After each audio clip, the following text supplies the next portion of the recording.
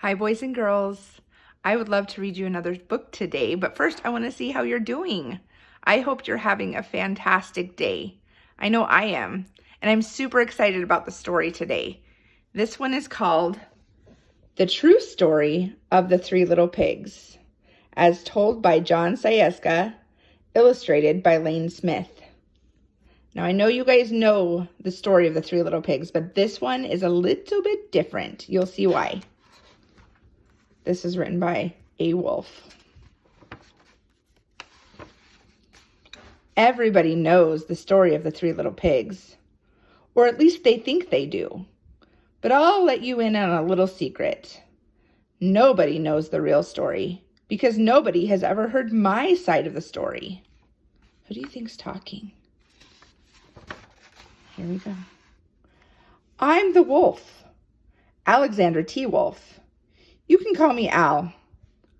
I don't know how this whole big bad wolf thing got started, but it's all wrong.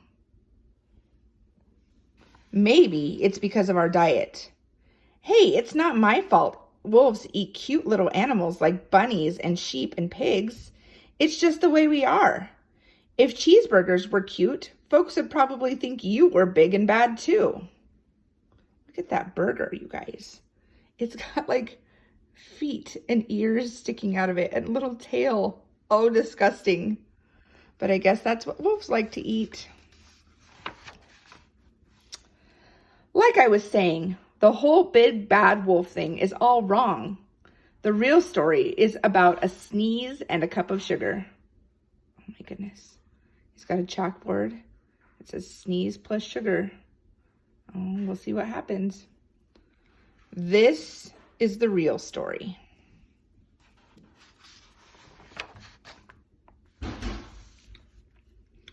Way back in Once Upon a Time, I was making a birthday cake for my dear old granny.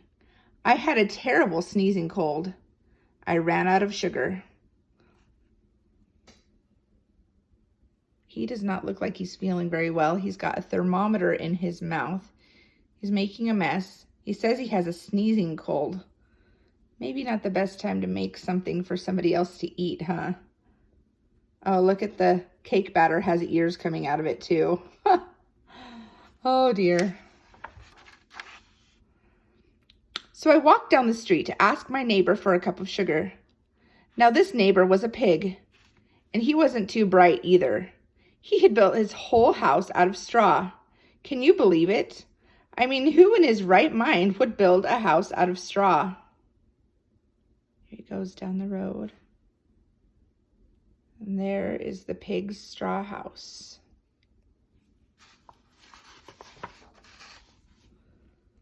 So, of course, the minute I knocked on the door, it fell right in. I didn't want to just walk into someone else's house, so I called, little pig, are you in?" No answer. I was just about to go home without the cup of sugar for my dear old granny's birthday cake. That's when my nose started to itch. I felt a sneeze coming on. Well, I huffed and I snuffed. And I sneezed a great sneeze. Oh, achoo! Oh my goodness, that is a great sneeze. Oh, do you see the pig? He's flying away.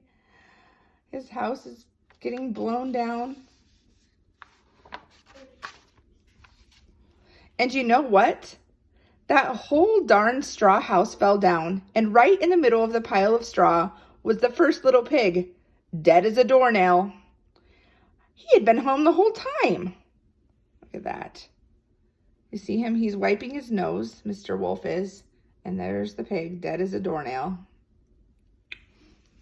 It seemed a shame to leave a perfectly good ham dinner lying there in the straw, so I ate it up. Think of it as a big cheeseburger just laying there.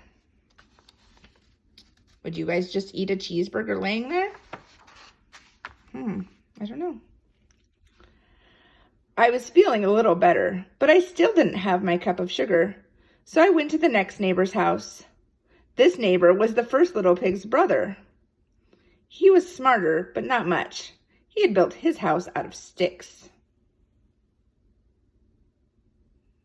Sticks are stronger than straw, I can tell you that. I rang the bell on the stick house. Nobody answered.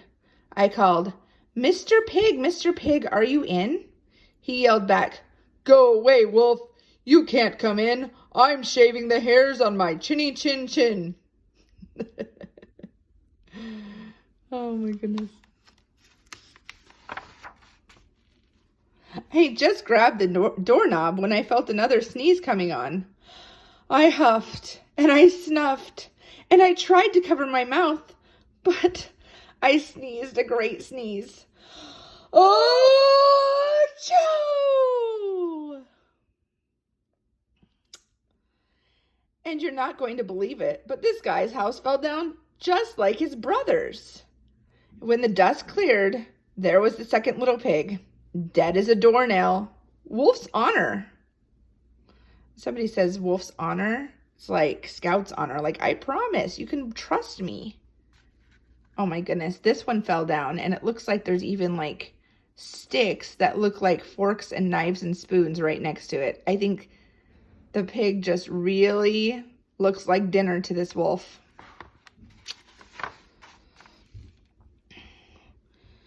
Now, you know food will spoil if you just leave it out in the open. So I did the only thing there was to do. I had dinner again. Think of it as a second helping. I was getting awfully full, but my cold was feeling a little better. And I still didn't have that cup of sugar for my dear old granny's birthday cake. So I went to the next house. This guy was the first and second little pig's brother. He must have been the brains of the family. He had built his house out of bricks. I knocked on the brick house. No answer. I called, Mr. Pig, are you in? And do you know what that rude little porker answered? Get out of here, wolf. Don't bother me again. Oh, how rude. Talk about impolite. He probably had a whole sack full of sugar, and he wouldn't give me even one little cup for my dear, sweet old granny's birthday cake.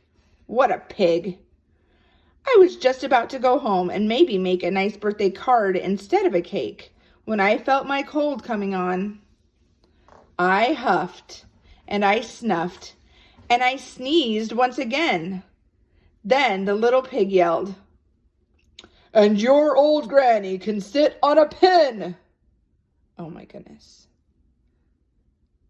The house didn't fall down, but that pig is being very rude, isn't he?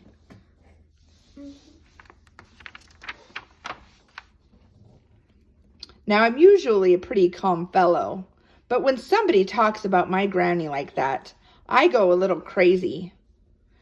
When the cops drove up, of course, I was trying to break down the pig's door, and the whole time I was huffing and puffing and sneezing and making a real scene.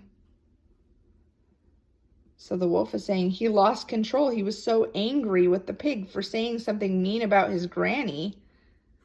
He was just pounding on the door when the cops came. That's his side of the story. Let's see what happens next. The rest, as they say, is history. The newspaper, it says, Big Bad Wolf. A.T. Wolf, big and bad. So he went into the newspaper as the big bad wolf that was trying to blow down the house, right? That's because that's what the pigs said. The news reporters found out about the 2 pigs I had for dinner. They figured a sick guy going to borrow a cup of sugar didn't sound very exciting. So they jazzed up the story with all of that huff and puff and blow your house down.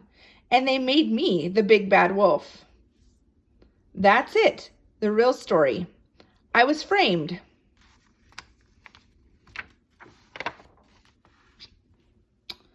But maybe you could loan me a cup of sugar. Oh my goodness, he's in prison.